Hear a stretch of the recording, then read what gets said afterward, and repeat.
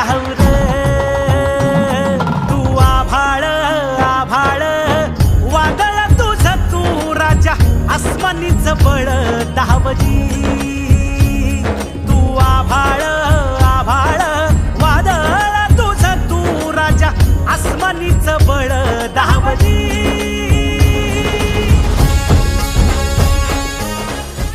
जो सगळ्या म्हणजे राज्यातल्या सगळ्या ग्रामपंचायतींना पत्र आले की तुमच्याकडे कोणती अशी जागा आहे की जिथं आपण पाऊस मोजण्यासाठी यंत्र लावू शकतो. हे